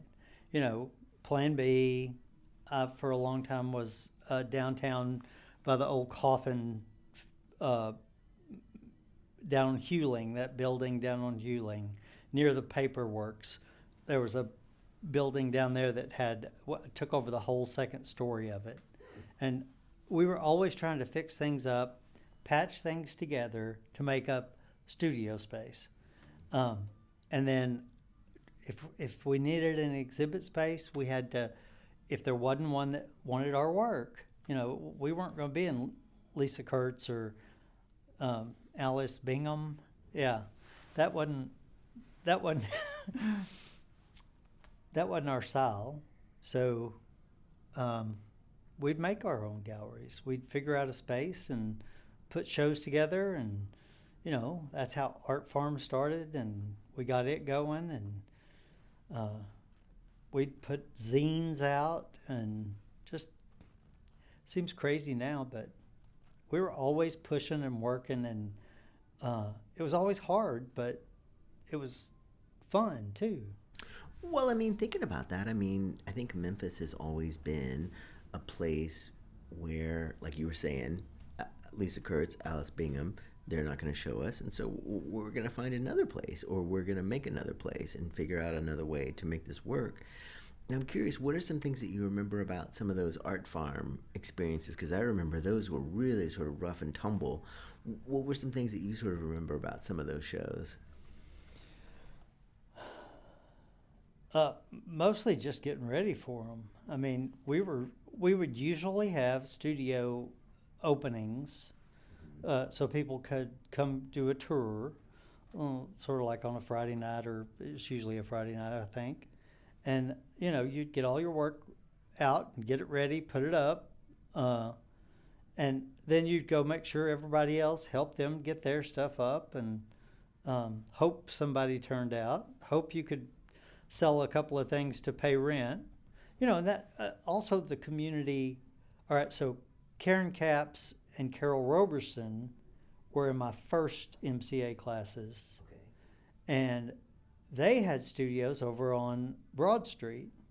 So it's like all these places that now have actually become artist spaces, or you know have been gentrified and fixed up. We were there when they were not gentrified and fixed up, and but we were there making art. We had those spaces and we were trying to develop it. We just didn't have the resources to develop it. We were just art kids.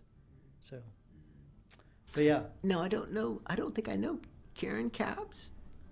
Karen Bottle Caps. Karen Bottle Caps. I don't know her. What? Tell me about her. Uh, oh, she's from Arkansas. Okay. She's really big in I, you could say the craft community. I made birdhouses for a while. I don't know if you know that, but those birdhouses, I could sell birdhouses. I made a ton of those. I did. And it was fun. But again, it was something that you're bringing this part of your life to this part of your life, and you're putting it together with design. And they were funky, and people just loved them. Well, Karen and Tootsie Bell, we would all do Cooper Young together. Karen always had interesting things. Screen printer, she's very talented. Carol was in my painting classes, Carol Roberson, and back then they were together. Now they're just big buds, and they run their little business together. My alarm didn't go off. My alarm is supposed to go off to tell me to stop. I think there's somebody waiting here to get in here. I'm sorry. It's supposed to go off at 2:55. Anyway, okay, let's pause. Okay, pause. And that was the first of two interviews that we recorded with Tim Andrews. The interview that you just listened to was recorded on March 6th, 2025. Please join us next week when we will have the second of two interviews we recorded with Tim. Until then, thank you for listening.